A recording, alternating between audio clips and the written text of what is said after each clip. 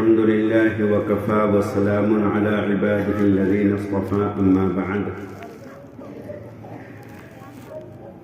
فأعوذ بالله من الشيطان الرجيم بسم الله الرحمن الرحيم يا أيها الذين آمنوا اتقوا الله وذروا ما بقي من الربا إن كنتم مؤمنين فإن لم تفعلوا فأذنوا بحرب من الله ورسوله وإن تبتم فلكم رؤوس أموالكم لا تظلمون ولا تظلمون صدق اللہ العلی العظیم۔ حضرات علماء کرام، معزز سامعین، بزرگوں، نوجوان دینی اور اسلامی بھائیوں، کیرانے میں متعدد مرتبہ حاضری کا اللہ نے موقع دیا اور ایک دو مرتبہ مختلف مساجد میں دینی باتیں عرض کرنے کا بھی موقع ملا، لیکن باقاعدگی کے ساتھ جو ائمہ حضرات کی تنظیم ہے اور جس نظام کو یہ حضرات لے کر کے چل رہے ہیں، فکر مندی کے ساتھ، یقینی طور سے وہ لائق مبارکباد ہے اور قابل تحسین ہے۔ اللہ رب العزت ان حضرات کے حوصلوں کو تازگی بخشے، بلند رکھے، رفعت عطا فرمائے۔ اور میں ان حضرات کی خدمت میں یہ بھی بات عرض کروں کہ بعض مرتبہ مسلسل ایک بات کو کہا جاتا ہے، اس کے لیے کوششیں، محنتیں ہوتی ہیں، لیکن کوئی خاطر خواہ نتیجہ سامنے نظر نہیں آتا۔ اس کی وجہ سے کبھی کبھی ہمتیں بھی ٹوٹتی ہیں، لیکن علماء کرام کی ذمہ داری ہے کہ وہ ایک بات کو جو خیر کی بات ہے، نیکی اور بھلائی کی بات ہے، اس کو کہتے رہیں۔ منوانا وہ اللہ رب العزت کا کام ہے، منوانا وہ علماء کی ذمہ داری نہیں، فتویٰ دینا وہ مفتی کا کام ہے۔ اور جس زمانے میں یا جن جگہوں پر اسلامی نظام، اسلامی حکومت ہے، تو وہ منوانا افسران کا اور حکام کا کام ہے، وہ مفتی کا کام نہیں ہے۔ تو رسول کریم صلی اللہ علیہ وسلم کی شخصیت، ان کی ذات گرامی سب سے اعلیٰ، سب سے بلند، سب سے ارفع، لیکن اس کے باوجود اللہ کے رسول صلی اللہ علیہ وسلم کو بھی متعدد مقامات پر یہ بات اللہ نے فرمائی کہ آپ کے ذمے صرف پہنچانا ہے، منوانا، دلوں کے اندر اتارنا، تسلیم کرانا، یہ سب ہماری ذمہ داری ہے۔ تو میں ان حضرات سے انتہائی ادب کے ساتھ، میرے اکابر ہیں، میرے بھائی ہیں، یہ بہت احترام کے ساتھ ان حضرات کی خدمت میں عرض کرتا ہوں کہ یہ تو حق و باطل کی جنگ ہے، معصیت اور گناہ یہ باطل ہے، اور خیر کے کام بتانا، یہ خیر کی طرف بلانا، یہ حق ہے۔ حق اور باطل کی جنگ اسی وقت سے شروع ہو گئی تھی جب ابلیس نے حضرت آدم علیہ السلام کو سجدہ کرنے سے منع کر دیا تھا، اور یہ قیامت تک رہے گی، یہاں تک کہ دجال آئے گا، اور جتنا وہ پاورفل ہوگا، جتنا وہ طاقتور ہوگا، اللہ تعالیٰ اس کے مقابلے کے لیے اتنا ہی طاقتور آدمی یعنی کہ حضرت عیسیٰ علیہ السلام کو بھیجیں گے۔ وہ میرے اور آپ کے قتل کرنے سے قتل نہیں ہوگا، وہ حضرت عیسیٰ علیہ السلام اسپیشل اتریں گے اور اللہ رب العزت کے حکم سے دجال کو قتل کر دیں گے۔ تو بہرحال آپ حضرات کی کوششیں انتہائی درجے قابل تحسین ہیں، اللہ تعالیٰ ان کو شرف قبول بخشے۔ اور آپ حضرات نے جو یہ اقدام کیا ہے، ابھی جب میں حاضر ہوا تو جو اناؤنسر صاحب بتلا رہے تھے کہ کوشش یہ ہوتی ہے کہ ایک ہی آواز تو پورے شہر میں پہنچائی جائے۔ اس کے لیے ہمارے حضرت مولانا ہیں، جامع مسجد کے امام حضرت مولانا عمران صاحب ہیں، دیگر حضرات ہیں، کہ ایک ہی بیان ہو، ایک ہی تقریر ہو، ایک ہی موضوع ہو، تاکہ پورے شہر میں ایک ہی بات پہنچے، ایک ہی پیغام پہنچے۔ بڑا اچھا مثبت انداز ہے، مثبت طریقہ ہے، اور اس طریقے سے جو برائی زیادہ پنپ رہی ہو، پھیل رہی ہو، اسی اعتبار سے اس کے سدباب کی، اس کو ختم کرنے کی کوششیں کر رہے ہیں۔ اللہ رب العزت بے حد قبول فرمائے۔ اب میرے سامنے جو گھڑی ہے غالباً اس میں 8:25 ہوئے ہیں۔ اب میں شروع میں ایک بات آپ سے عرض کرتا ہوں کہ جتنی دیر کے لیے آپ مجھ سے فرمائیں گے میں اتنی ہی دیر بیان کروں گا۔ میں نے حضرت مولانا سے پوچھا، مولانا عمران صاحب سے، کہ کتنی دیر مجھے بیان کرنا، انہوں نے کہا جتنی دیر آپ چاہیں۔ میں نے کہا نظام کیا رہتا ہے کہ کوئی نظام نہیں ہے، تو میری درخواست یہ بھی ہے کہ آپ متعین کریں کہ بیان کتنی دیر کرنا ہے، تاکہ سننے والا بھی دلچسپی کے ساتھ سنے، اسے پتا ہو کہ آدھے گھنٹے میں بیان ختم ہو جائے گا، پونے گھنٹے میں بیان پورا ہو جائے گا، تو وہ اپنے تقاضوں کو روک کر کے اسی اعتبار سے بیٹھے۔ کبھی کبھی تقاضے کی وجہ سے آدمی اٹھ کر کے جاتا ہے، اس کو یہ اندازہ نہیں ہوتا کہ بیان 1 گھنٹہ چلے گا، 1.5 گھنٹہ چلے گا، وہ شرما حضور میں بیٹھا ہوا ہے، وہ اٹھ کر کے چلے گا تو سب اس کو دیکھیں گے، تو اس سے الجھن ہوتی ہے۔ تو میری درخواست مولانا عمران صاحب سے اور دیگر جو ذمہ دار حضرات ہیں ان سے یہ ہے کہ جو بھی عالم آئیں بیان کرنے کے لیے، ان کے لیے اگر وقت کی تعیین ہو جائے، آدھا گھنٹہ، پونا گھنٹہ، 1 گھنٹہ، جو بھی وقت کی تعیین ہو اس کی پھر پابندی بھی ہو، تو میرے خیال سے میری ادنا سی رائے اور یہ اپنا مشورہ ہے کہ انشاءاللہ اس سے یقینی طور سے سامعین بھی دلچسپی سے سنیں گے اور مقدر اور جو خطیب ہوں گے وہ بھی پابند رہیں گے۔ تو اس لیے میں آپ حضرات سے پوچھتا ہوں کہ کتنی دیر بیان کرنا۔ اگر آپ مجھے یہ کہیں گے کہ 10 منٹ بیان کرنا ہے تو انشاءاللہ میں 10 منٹ میں بات پوری کر لوں گا۔ اگر آپ کہیں گے کہ آدھا گھنٹہ کرنا ہے تو آدھے گھنٹے میں اپنی بات پوری کر لوں گا۔ پونا گھنٹہ کہیں گے پونے گھنٹے میں، اور میرے خیال سے پونے گھنٹے سے اوپر نہ ہو۔ 1 گھنٹے کا وہ اشارہ کر رہے ہیں، 1 گھنٹے کی درخواست ہے، 1 گھنٹے کے لیے مجھے حکم ہو رہا ہے، لیکن میں عرض کروں کہ کم سے کم 45 منٹ، زیادہ سے زیادہ 1 گھنٹہ، ٹھیک ہے حضرت؟ 1 گھنٹے سے اوپر انشاءاللہ آپ گھڑی دیکھ لیں، اس وقت 8:26 ہو گئی، انشاءاللہ 9:26 سے پہلے ہی میری باتیں پوری ہو جائیں گی، تاکہ کسی صاحب کو اگر اٹھ کر کے جانا ہے تو براہ کرم وہ شروع میں ہی چلا جائے، وہ بیچ میں اٹھ کر کے جاتا ہے تو اس سے الجھن ہوتی ہے، 1 یہاں سے اٹھا، 2 وہاں سے اٹھے، 3 وہاں سے اٹھے، پوری بات سن لی جائے۔ حضرت اورنگزیب رحمۃ اللہ علیہ کے زمانے میں ایک عورت نے 4 شادیاں کر لی، عورت نے، مرد تو کرتا ہی ہے 4، عورت نے 4 شادیاں کر لی۔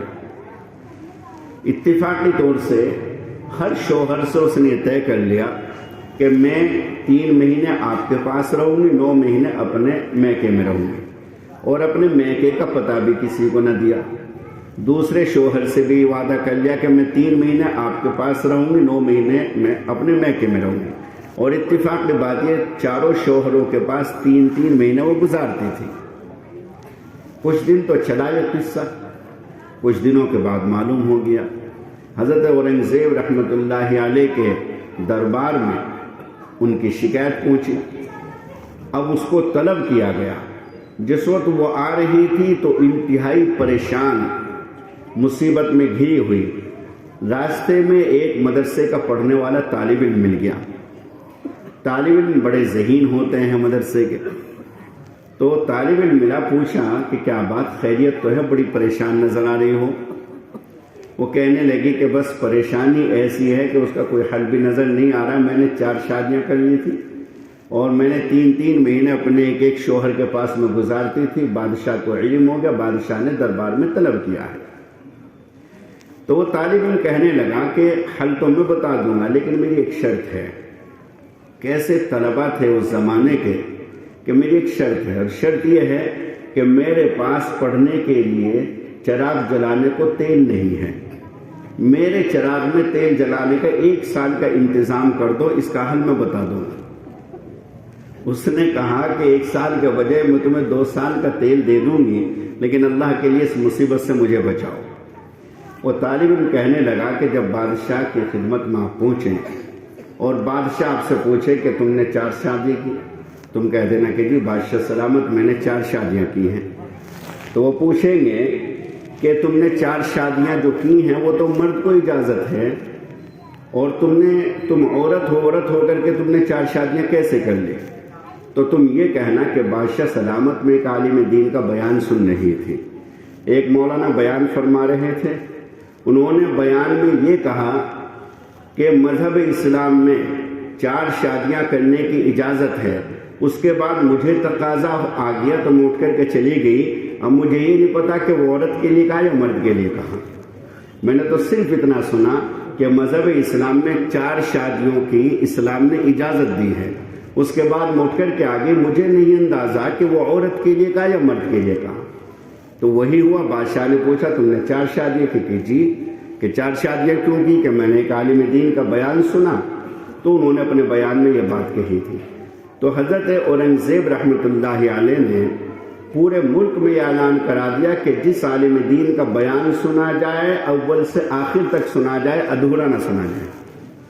ادھورا بیان نہ سنا جائے. ادھورا بیان سن کر کے ادھوری بات حاصل ہوتی ہے.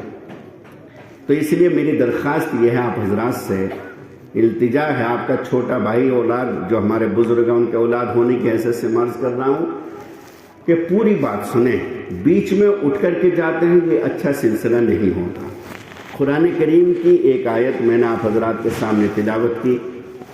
اسٹیج پر ہم آئے تو ہمارے ایک دوست نے مجھ سے یہ حکم دیا کہ سود کی وبا بہت بڑھ رہی ہے اور اسی کے تعلق سے بیان ہو. تو اس لیے اسی تعلق سے میں نے قرآن کریم کی ایک آیت آپ حضرات کے سامنے تلاوت کی. اللہ رب العزت بہت ہی پیار کے ساتھ فرماتے ہیں کہ مسلمانوں تم اللہ سے ڈرو، اتقوا اللہ، تم اللہ سے ڈرو. اور اللہ سے ڈرنے کا مطلب دوستو یہ ہے کہ بعض حضرات کہتے ہیں کہ ہم تو اللہ سے بہت ڈرتے ہیں، اللہ سے بڑا ڈر لگتا ہے.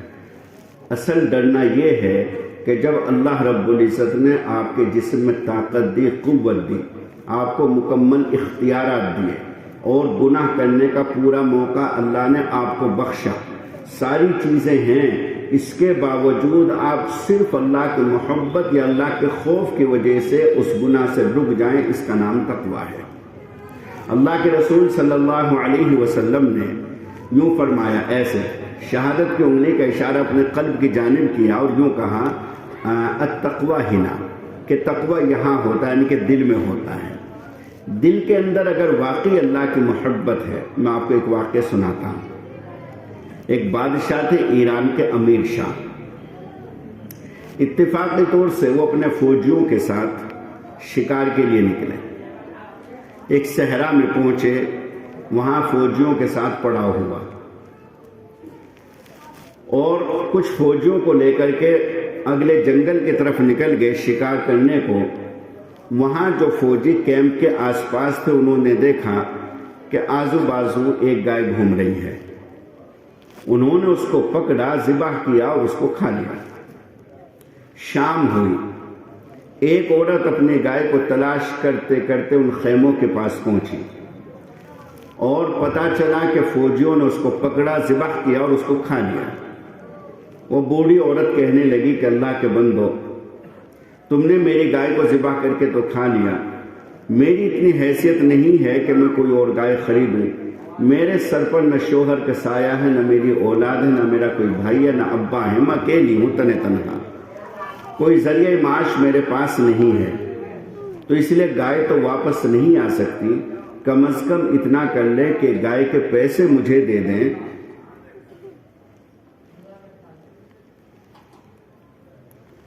کہ تاکہ میں ایک گائے خرید لوں اور میرا گزارا چلتا رہے. فوجیوں نے اس کو دھمکا کر کے واپس کر دیا. وہ بڑی پریشان، شکایت لے کر کے جائے تو کہاں جائے. کسی نے مشورہ دیا کہ 3 روز کے بعد اسی راستے سے بادشاہ کا گزر ہوگا اور بادشاہ اچھا آدمی ہے تو مجھ سے اپنی شکایت رکھنا. چنانچہ اتفاقی طور سے اسی راستے کے اوپر ایک پل تھا جس پل کے اوپر سے بادشاہ کو گزرنا تھا. وہ عورت پل کے کنارے بیٹھ گئی. بادشاہ اپنے فوجیوں کے ساتھ، اپنے دیگر سواروں کے ساتھ آ رہا ہے.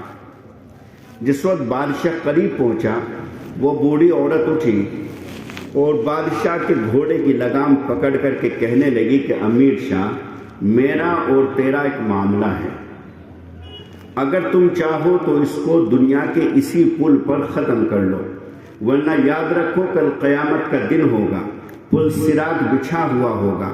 اس دوران جس وقت تو پل صراط پر آئے گا تو جس طریقے سے آج میں نے تیرا دامن پکڑا ہے، اللہ کی قسم رب کے سامنے تیرا دامن پکڑ کر کے اپنا مطالبہ وہاں کروں گی.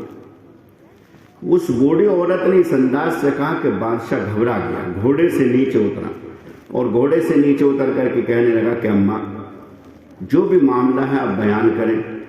اس عورت نے اپنا قصہ بیان کیا تو بادشاہ نے 1 یا 2 گائے کے بجائے پوری 7 گائے کی قیمت اس کو دی، اور 7 گائے کی قیمت دے کر کے ہاتھ جوڑ کر کے کہنے لگا امیر شاہ کہ اماں اگر کسی قسم کا کوئی اور مطالبہ میرے ذمہ ہو تو اللہ کے لیے یہی مجھ سے لے لینا، وہاں نہ میرے ساتھ سلطنت ہوگی، نہ بادشاہت ہوگی، نہ مال و دولت ہوگا، کچھ نہیں ہوگا، میں تنہا ہوں گا۔ اللہ کے لیے کوئی اور مطالبہ، کوئی اور تکلیف مجھ سے میرے فوجوں سے پہنچی ہو تو یہی تم مجھ سے اس کا مطالبہ کر لو تاکہ میں اس کو ادا کر دوں، وہاں اللہ کے لیے اس قسم کا کوئی مطالبہ نہ کرنا۔ اس کا نام تقویٰ ہے کہ آدمی ڈر جائے اللہ کے سامنے حاضر ہونے سے۔ اگر ایک آدمی کا کسی کے ذمہ قرض ہے اور وہ کہتا ہے کہ اگر تو دنیا میں نہیں دے گا تو اللہ کے یہاں دے گا، اور وہ بڑے دھڑلے کے ساتھ کہہ دیتا کہ دیکھی جائے گا، دوستو کچھ نہیں دیکھا جائے گا۔ جب یہ آنکھیں بند ہوں گی، قبر میں رکھے جائیں گے، تب احساس ہوگا کہ کس کس موقع پر میں نے کیا کیا زیادتیاں کی ہیں، کیا ظلم کیے ہیں۔ بہت آسان ہے یوں کہنا کہ دیکھا جائے گا۔ ایک کینسر اگر کسی کو ہو جائے تو کینسر کے پھوڑے کو آدمی برداشت نہیں کر پاتا، ڈاڑھ میں درد ہو جائے اس کی تکلیف کی وجہ سے پوری رات سو نہیں پاتا، پتھری کا درد ہو جائے تو بے چین اور بے قرار اور بےتاب رہتا ہے، مچھلی کی طرح تڑپتا ہے، وہ کیا دیکھے گا آخرت میں؟ یہ تو دنیا کے معمولی سے درد ہیں کہ جس کا علاج بھی ڈاکٹر ہے، اس کی دوائیاں، اس کے انجیکشن ہیں۔ قبر کے اندر کوئی پرسان حال نہیں ہوگا۔ تو اس لیے میرے بھائیوں، کسی کا اگر کسی کے ذمہ حق ہو تو اللہ نے آج موقع بھی دیا ہے، اختیار دیا ہے، یا تو اس کا حق ادا کیا جائے یا کم از کم درجہ ہے کہ اس سے معاف کرا دیا جائے۔ یہ خیال کرنا کہ دیکھا جائے گا، اس موقع پر پھر حالات ایسے ہوں گے کہ بڑے بڑے حضرات، بڑے بڑے انبیاء کرام، بڑے بڑے محدثین، صلحاء اور فقہاء، سب کی نظریں نیچی جھکی ہوئی ہیں، اور اس طریقے سے جیسے نیت باندھ کر کے آدمی کھڑا ہوتا ہے، دونوں ہاتھوں کو یوں ایسے کر کے نظر جھکا کر کے کھڑے ہوئے ہیں۔ سیدنا جبرائیل علیہ السلام سید الملائکہ، تمام فرشتوں کے سردار ہیں۔ قرآن نے ان کے منظر کشی کی ہے کہ وہ سردار جبرائیل جس کی لاکھوں سال عمر ہے اور جو ہر نبی کے پاس پیغام لے کر کے آتا رہا، اللہ رب العزت کا سب سے مقرب، سب سے زیادہ قریبی فرشتہ ہے، تمام فرشتوں کا سردار ہے، تمام فرشتوں میں سب سے زیادہ طاقتور ہے۔ اس کے باوجود اس کی منظر کشی قرآن نے کی ہے کہ اس فرشتے کا حال یہ ہوگا کہ وہ اس طریقے سے نظریں جھکا کر کے اور دوسرے فرشتوں کو ساتھ لے کر کے سب بنا کر کے ایسے کھڑا ہوگا جیسے کہ نمازی نماز میں کھڑا ہوتا ہے۔ یوم یقوم الروح والملائکۃ صفا لا یتکلمون، کسی فرشتے کی ہمت نہیں ہوگی کہ جب اللہ تعالیٰ اپنے جاہ و جلال میں ہوں گے کہ اللہ سے ذرہ برابر چوں بھی کر لیں، ذرا سی زبان نکال کر کے بات کر لیں، کسی کی ہمت نہیں ہوگی۔ اللہ پورے غصے میں ہوں گے، غضب میں ہوں گے، اور اللہ رب العزت جاہ و جلال میں ہوں گے۔ کسی فرشتے کی مقرب کی بھی ہمت نہیں کہ اللہ سے گفتگو کر لے۔ ایسے موقع پر میرے پیارے نبی جناب رسول کریم صلی اللہ علیہ وسلم حضرت ابو بکر کا یوں بازو پکڑیں گے اور بازو پکڑ کر کے کہیں گے کہ ابو بکر جاؤ تم اپنا نامہ اعمال پیش کرو اللہ کے دربار میں۔ حضرت ابو بکر پیچھے ہٹیں گے، اللہ کے رسول فرمائیں گے نہیں تم جاؤ۔ ابو بکر کہیں گے یا رسول اللہ مجھے تو بڑا خوف، بہت ڈر محسوس ہو رہا ہے، نہیں تم جاؤ۔ چنانچہ ابو بکر صدیق اپنا نامہ اعمال پیش کریں گے تو اللہ رب العزت کا غصہ ٹھنڈا ہو جائے گا۔ حضرت ابو بکر صدیق کا نامہ اعمال دیکھ کر کے اللہ تعالیٰ کا جو غصہ ہوگا، جو غضب ہوگا، وہ ٹھنڈا ہو جائے گا اور وہ غصہ ختم ہو جائے گا۔ یہ مقام حضرت جبرائیل علیہ السلام کا ہے۔ تو مجھے تو اصل بتانا یہ ہے دوستو کہ جس کا جو حق جس کے ذمہ ہے بہت آسان ہے، یہاں معاف کرانا یا دینا، وہاں کے اوپر نہ چھوڑا جائے کہ دیکھا جائے گا۔ جو قرآن کریم کی آیت میں نے آپ کے سامنے تلاوت کی، اس میں اللہ تعالیٰ فرماتا ہے مسلمانوں تم اللہ سے ڈرو، وَذَرُوا مَا بَقِيَ مِنَ الرِّبَا إِن كُنتُم مُؤْمِنِينَ، اگر واقعی تمہارے اندر ایمان ہے تو یہ سود کا کاروبار، سود کا لین دین، اس کو چھوڑ دو۔ یہ اس وقت آیت نازل ہوئی تھی جس وقت سود کی حرمت کا نزول ہوا تھا، سود کی حرمت اتری تھی۔ سود کو اللہ رب العزت نے حرام قرار دیا تھا۔ اللہ کے رسول صلی اللہ علیہ وسلم نے جب اس آیت شریفہ کو سنایا صحابہ کرام کے سامنے، تو اس آیت کے نازل ہونے سے پہلے بعض صحابہ کرام کا یہ عمل تھا، یعنی کہ سودی کاروبار تھا۔ کسی کو یہ خیال نہ پیدا ہو جائے کہ کیا صحابہ کرام بھی سودی کاروبار کرتے تھے۔ اس کے حرام ہونے سے پہلے اگر یہ کاروبار کرتے تھے تو اس میں کوئی حرج نہیں ہے، لیکن حرام ہونے کے بعد کسی صحابی نے ذرہ برابر 1 روپیے کا، 1 پیسے کا کوئی اس طرح کا کاروبار نہیں کیا۔ اور اس میں جو سب سے بڑے کاروباری تھے، سب سے زیادہ جو پیسے دینے والے تھے، وہ رسول کریم صلی اللہ علیہ وسلم کے سگے چچا حضرت عباس رضی اللہ تعالیٰ عنہ تھے۔ جب اس آیت کو صحابہ کرام کے سامنے سنایا، اللہ کے رسول نے، حضرت عباس برابر میں کھڑے ہوئے ہیں، یہاں کھڑے ہوئے ہیں، اللہ کے رسول تشریف فرما ہے ممبر پر، حضرت عباس کھڑے ہوئے ہیں۔ اللہ کے رسول نے فرمایا کہ لوگوں، میں اس سود کا جنازہ اپنے گھر سے ہی نکالتا ہوں۔ میرے چچا عباس کے جن لوگوں کے ذمے پیسے ہیں اور اس پر جتنا بھی سود بن چکا ہے، وہ سارا کا سارا سود میں معاف کرتا ہوں عباس کی جانب سے۔ وہ سود نہ دیا جائے، بس ان کے اصل پیسے دے دیے جائیں۔ وَإِن تُبْتُمْ فَلَكُمْ رُؤُوسُ أَمْوَالِكُمْ، اگر تم سود سے توبہ کر لو تو تمہارا اصلی مال تمہارا ہے، لیکن سود کا 1 پیسہ تمہارے لیے جائز نہیں۔ تو جب اللہ کے رسول نے یہ اعلان فرمایا کہ میں اپنے گھر سے اس کا جنازہ نکالتا ہوں اور میں اپنے چچا عباس کی طرف سے کہتا ہوں کہ ان کا پیسہ جن لوگوں کے ذمے ہے، اس پر جتنا بھی سود بنا ہے، میں سارا کا سارا سود معاف کرتا ہوں۔ لاکھوں کروڑوں روپے تھے اس زمانے کے اعتبار سے، اور اصل مال دے دیا جائے۔ حضرت عباس کھڑے ہوئے ہیں۔ حضرت عباس کہنے لگے، لوگوں، میرے پیارے نبی تو یہ کہتے ہیں کہ سود سارا کا سارا معاف ہے، لیکن میں اپنے حبیب کی محبت میں اور ان کی نسبت سے یہ کہتا ہوں کہ جن لوگوں کے ذمے میرا قرض ہے، وہ میں قرض بھی معاف کرتا ہوں، میں قرض بھی واپس نہیں لوں گا، یعنی کہ اصل بھی معاف، سود بھی معاف۔ اس کا نام تقویٰ ہے۔ اسی کو قرآن نے کہا، لوگوں ڈرو اللہ میاں سے، اتقوا اللہ، چھوڑ دو اس کاروبار کو۔ اور دوستو، ممکن ہے میں ٹارگیٹ نشانہ کسی کو نہیں بنا رہا ہوں، لیکن 2-3 واقعے میں سناتا ہوں سودی کاروبار کرنے والوں کے۔ میرا ایک شہر میں جانا ہوا، مہاراشٹر۔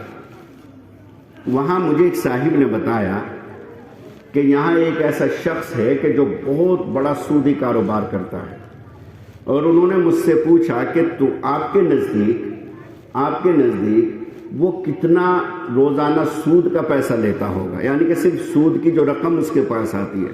میں نے ان سے کہا یہ کوئی اندازی کی بات تو نہیں ہے، جتنا پیسہ اس نے ڈالا ہوگا مارکیٹ میں اتنا سود اس کے پاس آتا ہوگا۔ وہ کہنے لگے کہ روزانہ 1 دن میں اس کے پاس جو سود کا پیسہ تھا 60 لاکھ روپے آتا ہے، اور مسلمان ہے۔ صرف سود کا پیسہ 60 لاکھ روپے، قرض تو دیا ہوا ہے، جو اس پر سود آ رہا ہے 60 لاکھ روپے 1 دن میں۔ اندازہ کیجیے، تقریباً یہ سمجھ لیجیے گا کہ 6 دو 12 6 × 18 تقریباً 18 کروڑ روپے مہینے کے بنتے ہیں۔ لیکن انہوں نے بتایا، ہمارے جو میزبان تھے، کہ حال اس کا یہ ہے کہ اس کے ہاں 2 بچے ہیں، 2 بچے ہیں، دونوں کے دونوں بچے پیروں سے اپاہج ہیں، محتاج ہیں، نہ اپنے ہاتھ سے کھا سکتے، نہ پی سکتے، نہ استنجا کر سکتے، ہر وقت چارپائی پر پڑے رہتے ہیں، اور ڈاکٹروں نے یہ تجویز کیا ہے کہ کچھ بڑے ہو جائیں گے تو دونوں مر جائیں گے۔ اس نے یہ کاروبار کیا، اس کے ساتھ اللہ رب العزت نے اس کا نتیجہ دکھایا۔ تو کتنا بھی دولت مند بن، کتنا بھی لوگوں کا خون چوس چوس کر کے تو دولت جمع کر، لیکن تجھے خوشی اور تجھے سکون کبھی زندگی بھر حاصل نہیں ہوگا۔ کچھ دنوں کے بعد مجھے پتا چلا، دوستو سننے کی بات ہے، کچھ دنوں کے بعد مجھے پتا چلا کہ اپنے کچھ دوستوں کو لے کر کے موٹر سائیکل پر اور کچھ خاص شہروں کا دورہ کرنے کے لیے گھومنے کے لیے وہ آدمی نکلا اور ایک جگہ موٹر سائیکل تیزی کے ساتھ چلا رہا تھا، ایکسیڈنٹ ہوا اور اسی جگہ فوت ہو گیا۔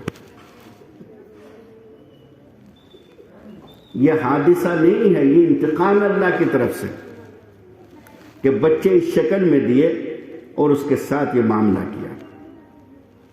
سود کا کاروبار کرنے والا کوئی سوال ہی نہیں۔ میری زندگی تقریباً 46-47 سال کی ہے، میں نے اپنی زندگی میں کسی سودی آدمی کو بڑھتے ہوئے نہیں دیکھا۔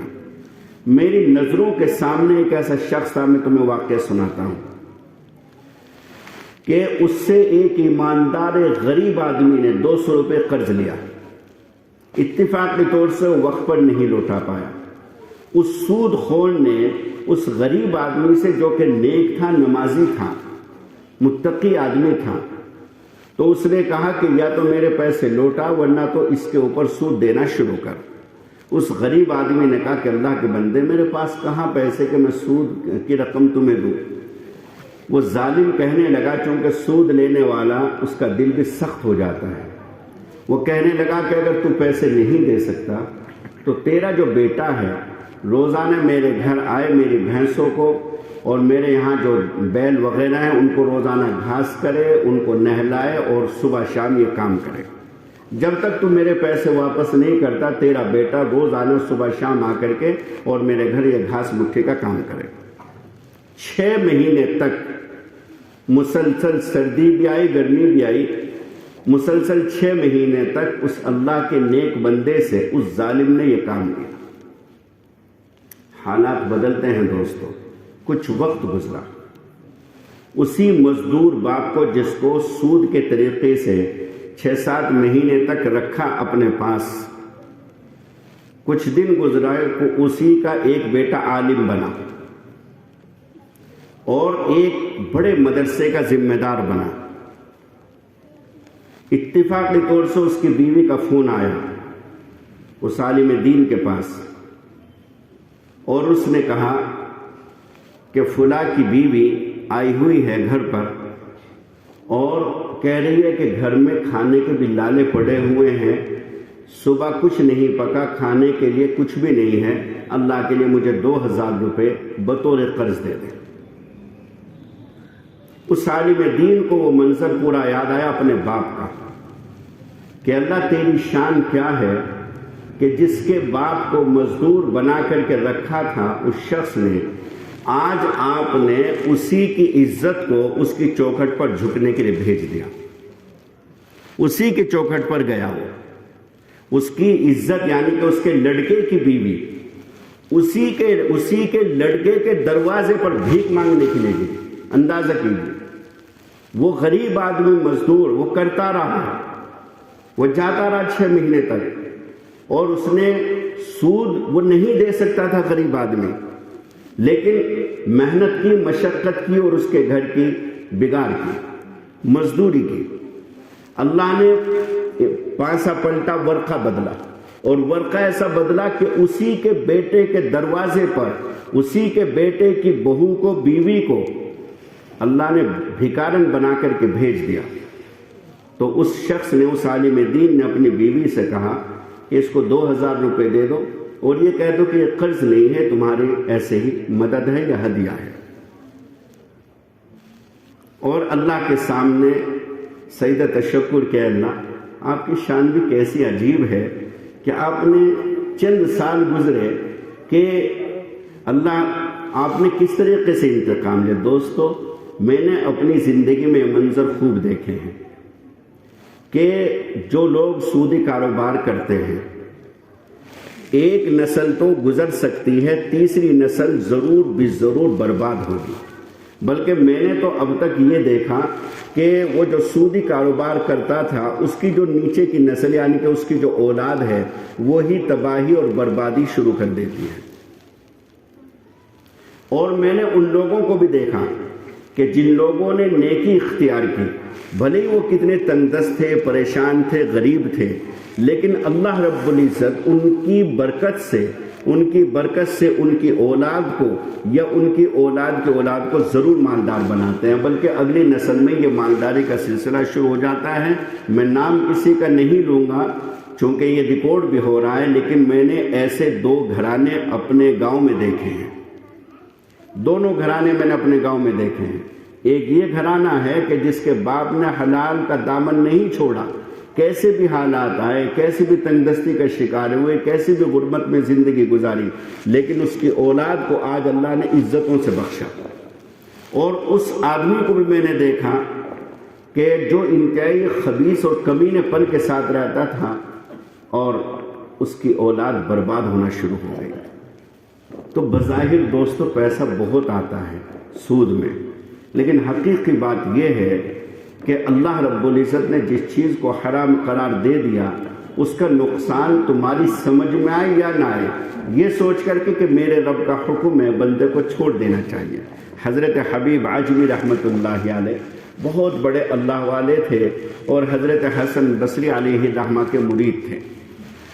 واقعہ یہ پیش آیا کہ حضرت حبیب عجمی بزرگ بننے سے پہلے بہت بڑے سودی کاروبار میں مشغول تھے، مبتلا تھے، سود کا کاروبار کرتے تھے۔ ایک روز خواب دیکھا کہ جیسے ایک بڑا سا تالاب ہے اور وہ خون سے بھرا ہوا ہے، اور یہ اس تالاب میں اترے، اتفاق کے طور سے وہ جو خون ہے وہ یوں بڑھتا جا رہا ہے، ایسے بڑھتا جا، گھٹنوں تک آیا، یہاں تک آیا، ناف تک آیا، سینے تک آیا۔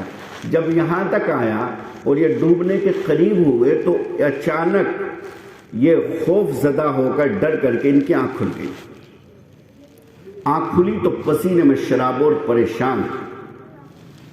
حضرت حسن بصری علیہ الرحمہ کے پاس پہنچے کہ حضرت میں نے ایسے ایسے خواب دیکھا ہے۔ حضرت نے فرمایا غالباً آپ سود کا کاروبار کرتے ہیں، جو لوگوں کا، غریبوں کا تم نے خون چوسا ہے وہ خون تمہیں اس طریقے سے غرق برباد کر دے گا، لہذا اللہ تمہاری رہنمائی چاہتے ہیں، تمہاری ہدایت چاہتے ہیں، اللہ کے لیے تم اس کام سے توبہ کر لو۔ وہ پورا کا پورا حساب لکھا ہوا تھا، جن جن سے سود لیا ہوا تھا سب کے پیسے لوٹائے حبیب عجمی نے۔ اندازہ کیجیے توبہ کی تو کیسی کی کہ حبیب عجمی مرید ہو گئے، بیعت ہو گئے حضرت حسن بصری سے، اور اس کے بعد اللہ نے وہ مقام، وہ درجہ ان کو بخشا حبیب عجمی کو کہ ایک روز اللہ کی یاد میں غرق ہو کر، ڈوب کر کے، عشاء کی نماز کے بعد نفل میں مشغول تھے اور قرآن کریم پڑھ رہے تھے، اللہ کی محبت میں ڈوب کر کے، غرق ہو کر کے، اتفاقی طور سے ان کے شیخ، ان کے مرشد حضرت حسن بصری وہاں سے گزر رہے تھے۔ جب گزر رہے تھے تو سوچا کہ اللہ کا بندہ یہ قرآن پڑھ رہا ہے، نفل پڑھ رہا ہے، چلو 2 رکعت نفل میں ان کے ساتھ پڑھ لوں۔ خاموشی سے آ کر کے انہوں نے بھی نیت باندھ لی۔ انہیں کچھ خبر نہیں، یہ تو مست ہیں اللہ کی یاد میں، بس پڑھے جا رہے ہیں قرآن کریم۔ لیکن چونکہ بڑی عمر میں قرآن کریم سیکھا تھا، عربی لہجہ نہیں تھا، عربی انداز نہیں تھا، حضرت حسن بصری شاندار قرآن پڑھا کرتے تھے۔ ان کی پیدائش مدینہ منورہ میں ہوئی تھی۔ ان کی والدہ محترمہ حضرت ام سلمہ رضی اللہ تعالیٰ عنہ کے یہاں کپڑے دھویا کرتی تھی، برتن وغیرہ صاف کرتی تھی۔ حضرت حسن بصری جب پیدا ہوئے، حضرت عمر رضی اللہ تعالیٰ عنہ کا دور حکومت تھا، دور خلافت تھا۔ حضرت عمر رضی اللہ تعالیٰ عنہ نے ہی ان کے تالوؤں پر کھجور چبا کر کے لگائی تھی، جس کو تحنیق کہتے ہیں۔ حضرت ام سلمہ رضی اللہ تعالیٰ عنہ بوڑھی ہو گئی تھی، رسول اللہ صلی اللہ علیہ وسلم کی بیویوں میں سے ایک بیوی ہیں، وہ بوڑھی ہو گئی تھی۔ جب یہ حسن بصری روتے تھے، بچے تھے، اور ان کی والدہ کام میں لگی رہتی تھی، ان کو اٹھاتی تھی اور اپنی چھاتی ان کے منہ میں ڈال دیا کرتی تھی۔ ایسے خوش نصیب آدمی حضرت حسن بصری، 70 صحابہ کرام کی زیارت کی ہے، بہت اونچے درجے کا آدمی ہے، اتنے اونچے درجے کا آدمی ہے، شیخ و مرشد ہے حبیب عجمی کا، اور نیت باندھ کر کے کھڑے ہو گئے اپنے مرید کے پیچھے، حبیب عجمی کے پیچھے۔ وہ اپنا مست ہو کر کے قرآن پڑھ رہے ہیں، لیکن انہیں قرآن پڑھنا کوئی زیادہ اچھا نہیں لگا، چونکہ ان کا لہجہ بہت شاندار تھا، بہت عمدہ پڑھتے تھے۔ اور جو عمدہ قرآن پڑھتے ہیں تو جو ذرا تھوڑا دوسرے طریقے سے پڑھتے ہیں کہ ادائیگی وغیرہ زیادہ اچھی نہ ہو تو ان کو اچھا نہیں معلوم ہوتا، اس لیے ان کو اچھا نہیں لگا، نیت توڑ کر کے چلے گئے۔ یہ مراقبے میں تھے. مراقبے میں اللہ سے پوچھا، اے اللہ کیسے تیرا قرب اور تیری رضا اور تیری خوشنودی مجھے حاصل ہو جائے، میں ایسا کون سا عمل کروں کہ میں تیرے زیادہ قریب ہو جاؤں. اللہ نے ان کے دل میں بات ڈالی، ان کو کشف ہوا. اللہ نے کہا کہ حبیب اجمی کے پیچھے 2 رکعت نماز پڑھنے سے میرا قرب حاصل ہو جائے گا. اندازہ کیجیے، ایک وہ مقام درجہ ہے کہ سود خوری ہے اور خون کا دریا نظر آ رہا ہے، خون کے دریا میں غرق ہو رہے ہیں، اور ایک یہ مقام ہے کہ اتنے اونچے درجے کا آدمی اور اللہ کی طرف سے یہ ہدایت ہو کہ حبیب اجمی کے پیچھے 2 رکعت نماز پڑھ لے، میرا قرب حاصل ہو جائے گا. دوستو، اس کو کہتے ہیں توبہ، اس کو کہتے ہیں تقوی. اس کا نام ہے اللہ کی محبت میں، اللہ کے خوف اور ڈر کی وجہ سے یا اللہ کی محبت کی وجہ سے کسی چیز کو چھوڑ دیا جائے. ورنہ تو نتائج جتنے خراب ہوتے ہیں، کتنے بھی پیسے آپ کما لیں لیکن آپ بھی برباد اور آپ کی اولاد بھی تباہی کے دہانے پر. ایک شخص کو میں نے دیکھا، لوگوں سے سود لے لے کر کے اور مکان بھی تیار کیا، مارکیٹ بھی تیار کی. عبرت کا واقعہ سنو دوستو، مکان بھی تیار کیا، مارکیٹ بھی تیار کی. چونکہ جس وقت آدمی کے جسم میں طاقت ہوتی ہے، پیسہ اس کے پاس ہوتا ہے، افسران سے اس کے تعلقات ہوتے ہیں، ایم ایل اے سے یا ایم پی سے یا ایک کسی ایسی پارٹی سے جو برسر اقتدار ہو، جس کا سکہ چل رہا ہو، تو اس وقت آدمی کو ہوش نہیں رہتا کہ آگے چل کر کے کیا نتائج ہوں گے. اس نے غریبوں کا خون چوس چوس کر کے ایک بڑی مارکیٹ بنائی، مکان بنایا. میں نے اپنی نظروں سے دیکھا کہ جب وہ بوڑھا ہو گیا تو اس کا بیٹا اس کے ساتھ جو ذلت آمیز برتاؤ اور سلوک کرتا تھا وہ اپنی جگہ تھا. ایک روز میں نے دیکھا کہ وہ بیمار تھا، وہ بوڑھا ہو گیا. سود کا کاروبار جو کرتا جب وہ بوڑھا ہو گیا، اس وقت کا میں واقعہ سنا رہا ہوں کہ بیمار ہو گیا اور وہ بیماری کی حالت میں زینے کے اوپر کی سیڑھی پر بیٹھا ہوا ہے. بیٹے کے ساتھ اس کی بحث چل رہی صرف اس بات پر کہ مجھے ڈاکٹر کے یہاں کیوں نہیں لے کر کے جاتے. اللہ کے بندے، جب تو نے اپنے بچوں کی پرورش ایسے صاف ستھرے مال سے کی ہے تو پھر وہ تجھے کیوں ڈاکٹر کے یہاں لے کر کے جائیں گے؟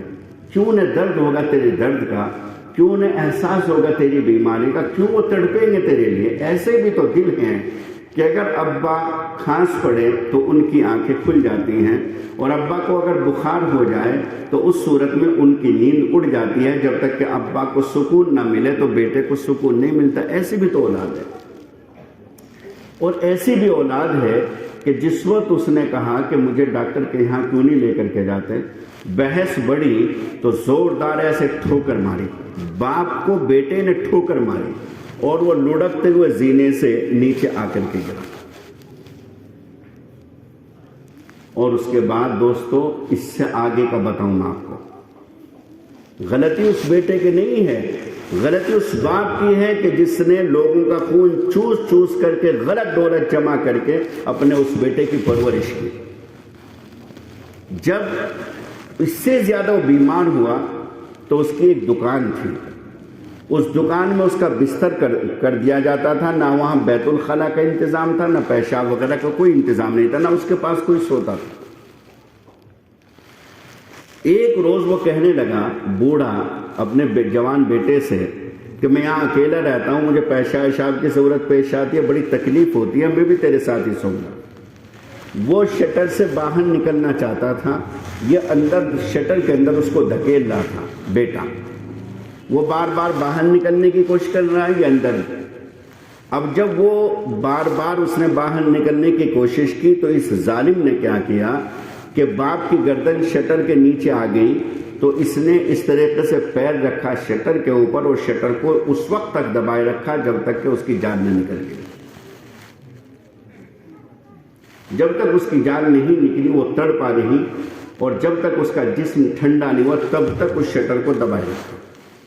اور کچھ دیر کے بعد کہنا شروع کر دیا کہ صاحب ابا کا انتقال ہو گیا. اور دوستو، اس سے آگے کی بات یہ ہے کہ اب وہ بیٹا بھی اب 60-65 سال کا ہے. اب اس کا حال یہ ہوا کہ اس کا وہی پیر، انتقام دیکھیے اللہ کا،